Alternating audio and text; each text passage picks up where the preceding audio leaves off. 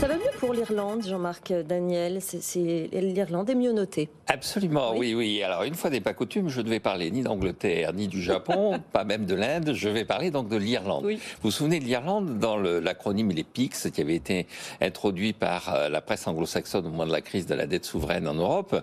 Donc, le I, c'était pas l'Italie, contrairement à ce qu'on pense, mais c'était l'Irlande. Et l'Irlande était effectivement au bord de la banqueroute, avait été obligée de se soumettre à un certain nombre d'exigences de l'Union européenne pour essayer de rétablir la situation de ses finances publiques.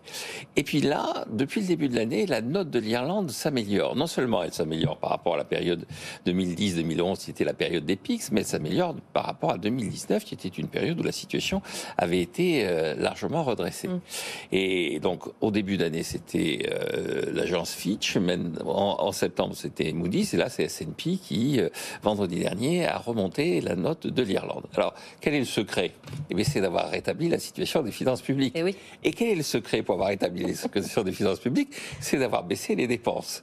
D'ailleurs, l'Irlande a annoncé qu'elle allait continuer sa baisse des dépenses, qu'elle allait baisser de 15 milliards d'euros sur les 2 ans qui viennent ses dépenses publiques. Je rappelle que le PIB de l'Irlande, c'est 500 milliards, donc 15 milliards, ça fait à peu près 3%, très exactement même 3% du PIB. Si on faisait la même chose en France, on serait aux alentours de 70 milliards d'économies.